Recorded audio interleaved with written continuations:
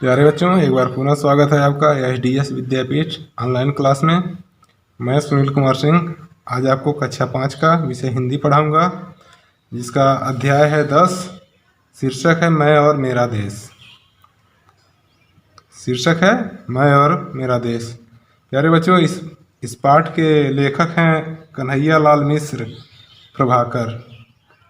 तो आज इस पाठ के माध्यम से आपको कुछ बताएंगे, तो समझने का प्रयास करेंगे। इस अध्याय में कुछ महत्वपूर्ण शब्द हैं, जैसे प्लेटफार्म, आग्रह, मुग्ध, दुर्लभ, गौरव, मुसाफिर, विलंब, जिसका कुछ न कुछ अर्थ होता है। प्लेटफार्म जहाँ ट्रेन रुकती है, रेल रुकती है। आग्रह मीन्स होता है अनुरोध करना या विनय करना, विनती करना। मुग्ध मीन्स होता है मोहित करना।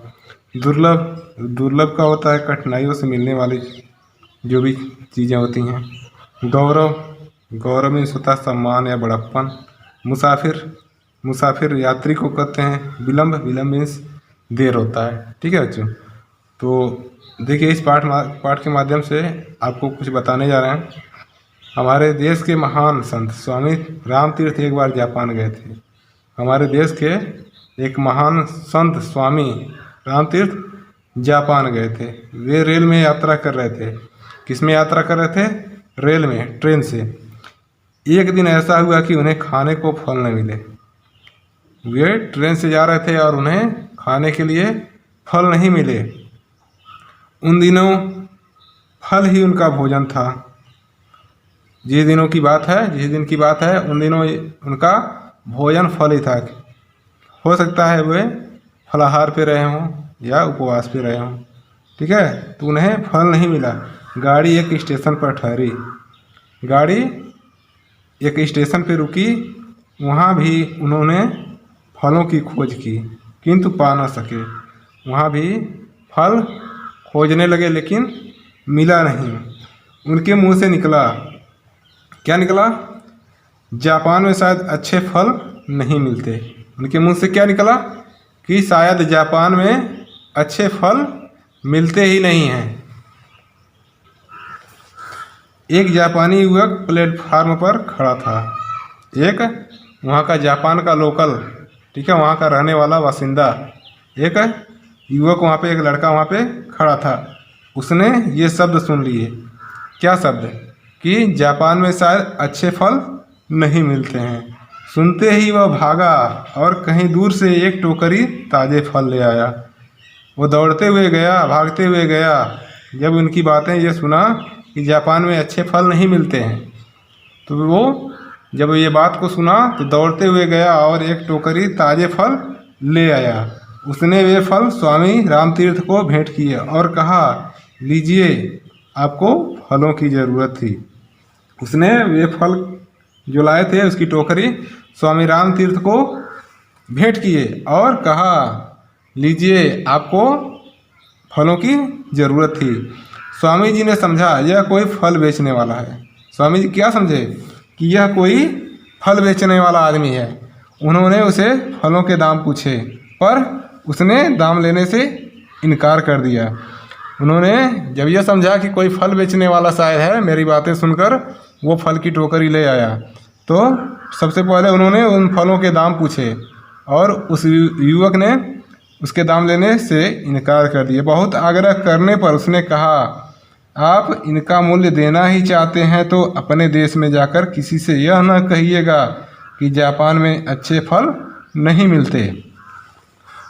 जब बहुत आग्रह करने लगे, यानी बहुत अनुनय विनय करने लगे कि फल का दाम ले लो, पैसा इसका ले लो, तब वो युवक बोला, आप अगर इसका मूल्य देना चाहते हैं, आप इसका दाम देना चाहते हैं, तो अपने देश में जाकर किसी से भी यह मत कहिएगा कि जापान में अच्छे फल नहीं मिलते हैं।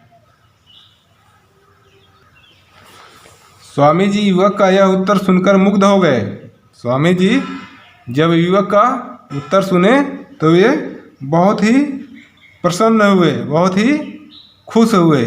उस युवक ने अपने इस कार्य से अपने देश का गौरव न जाने कितना बढ़ा दिया।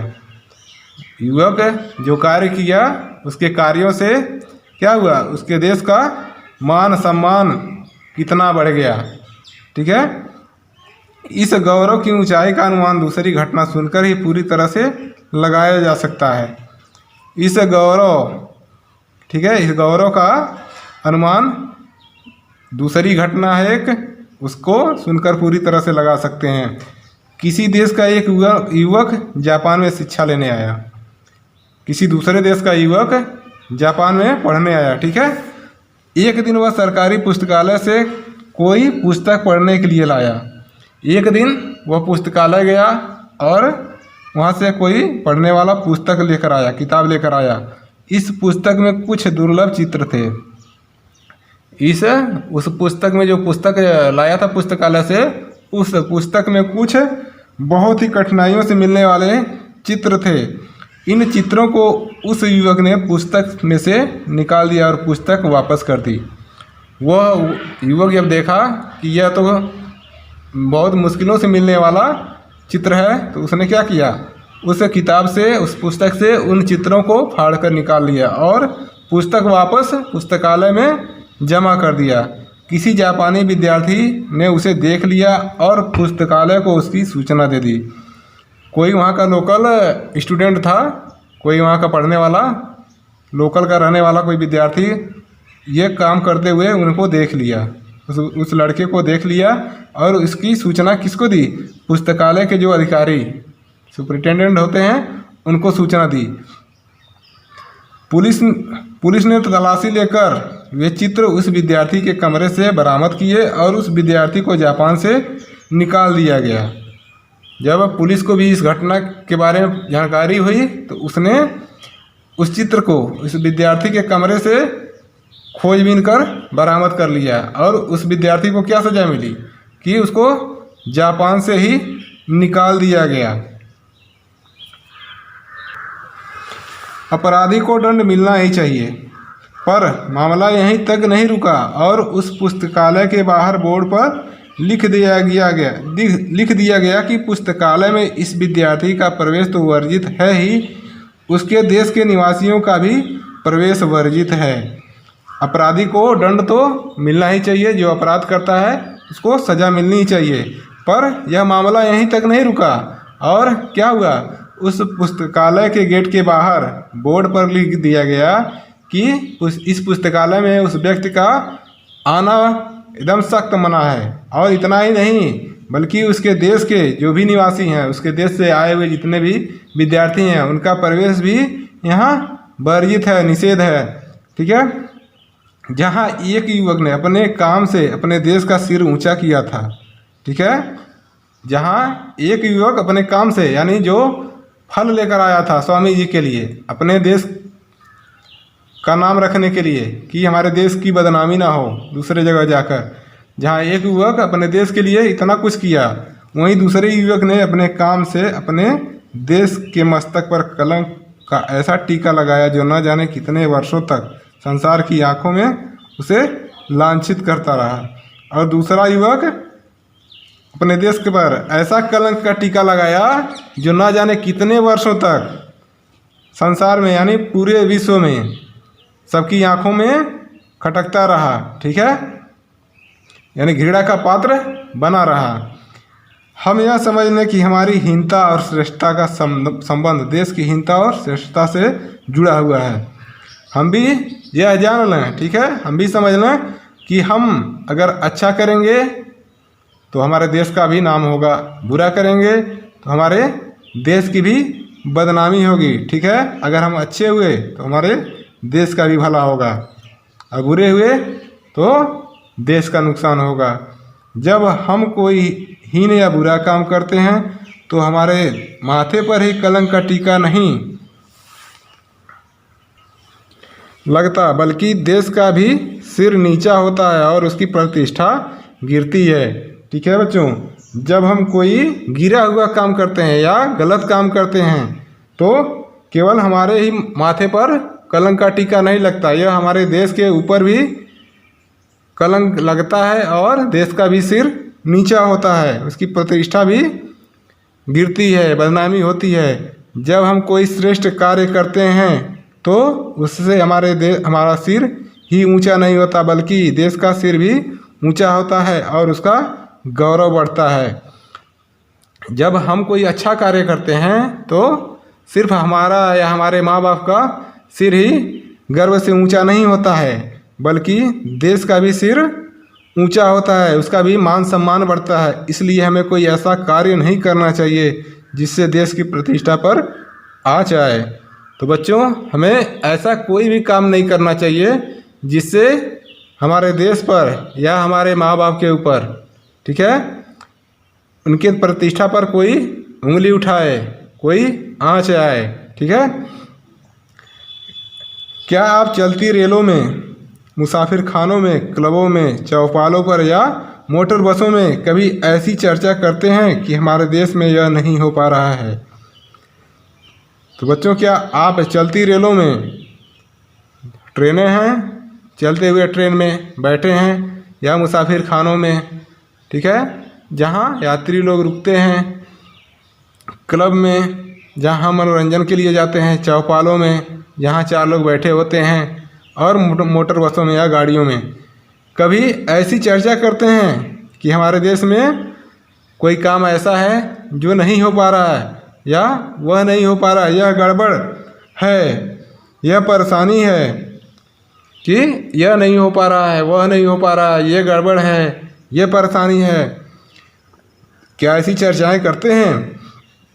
साथ ही क्या आप अपने देश की तुलना किसी अन्य देश के साथ करते हैं कि कौन सा देश श्रेष्ठ है और कौन सा देश हीन है? क्या इसके साथ ही क्या आप ये भी तुलना करते हैं कि हमारा देश किस देश से श्रेष्ठ है और किस देश से हीन है, यानी किसी देश से कितना अच्छा है, कितना महान है, और किस देश से हमारा देश कम सम्मान वाला है, हीन है? यदि हाँ, अगर हाँ करते हैं तब आपको चिंता होगी कि देश की प्रतिष्ठा को बनाए रखने के लिए हमें क्या करना चाहिए। अगर आप ऐसी, ठीक है, चर्चा करते हैं, ऐसी बातें करते हैं, तो आपको देश के प्रति चिंता होगी कि हमें देश के लिए क्या करना चाहिए और क्या नहीं करना चाहिए। क्या आप कभी केला खाकर छिलका रास्ते में फेंकते हैं? बच्चों, आप कुछ बच्चों की ऐसी आदत होती है, कुछ लोगों की ऐसी आदत होती है कि अगर केला खाते हैं तो उसका छिलका क्या करते हैं, जहाँ खाते हैं वहीं रास्ते में ही फेंक देते हैं। तो क्या आप भी ऐसा करते हैं? आप भी रास्ते में छिलका फेंकते हैं? अपने घर का कूड़ा बाहर फेंकते हैं? अपने घर का जो कूड़ा करकट होता है उसे बाहर फेंकते हैं? आप शब्दों का प्रयोग करते हैं, यानी गलत शब्दों का प्रयोग करते हैं, इधर उधर, इधर की उधर, उधर की इधर लगाते हैं, यानी इसको चुगली कहते हैं। क्या आप चुगली लगाते हैं? इधर की बातें उधर, उधर की बातें इधर लगाते हैं। अपने घर, दफ्तर, गली को गंदा रखते हैं, यानी अपने घर को, ऑफिस को, गली को गंदा रखते हैं। होटलों, धर्मशालाओं में या दूसरे ऐसे स्थानों में, जीनों में, कोनों में पीक थूकते हैं। क्या आप होटल में जाते हैं या धर्मशालाओं में जाते हैं या दूसरे ऐसे स्थानों में, जैसे सीढ़ी का जीना जिसको सीढ़ी कहते हैं, या कोने जो होते हैं में क्या करते हैं? थूकते हैं आप। उत्सवों, मेलों, रेलों और खेलों में ठेलम ठेल करते हैं। निमंत्रित होने पर विलंब से पहुंचते हैं या वचन देकर भी आने वालों को समय पर नहीं मिलते, और इसी तरह शिष्ट व्यवहार के विपरीत आचरण करते हैं।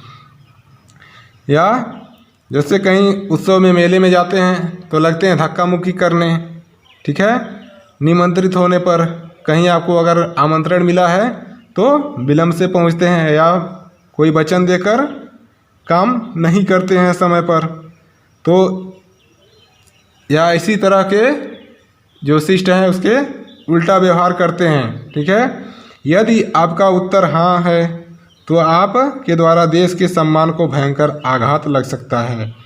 यदि जितने भी बातें बताए गए हैं, ठीक है, अगर इनमें अगर कुछ भी आप करते हैं यह सुनकर आपका उत्तर हाँ है तो आपके द्वारा, ठीक है, देश के सम्मान को भयंकर आघात लग रहा है, ठीक है, यानी चोट लग रही है सम्मान के ऊपर और राष्ट्रीय संस्कृति को गहरी चोट पहुंच रही है और हमारी जो राष्ट्रीय धरोहर है, हमारी संस्कृति है, उसको क्या लग रही है, गहरी चोट पीड़ा पहुंच रही है। यदि आपका उत्तर नहीं है तो आपके द्वारा देश का सम्मान बढ़ेगा और संस्कृति भी सुरक्षित रहेगी। अगर आपका उत्तर नहीं है, अगर ये सब काम नहीं करते हैं, आप ऐसी गलतियां नहीं करते हैं, तो आप निश्चय ही अपने देश के बारे में सोचते हैं, अपने देश के सम्मान के बारे में सोचते हैं और अच्छा काम करेंगे तो हमारे देश का सम्मान बढ़ेगा, मान बढ़ेगा। तो प्यारे बच्चों, उम्मीद करते हैं कि आपको ये पाठ समझ में आया होगा और सही रास्ते पर चलते हुए अपने देश का, अपने माता पिता का सम्मान बढ़ाएंगे। धन्यवाद।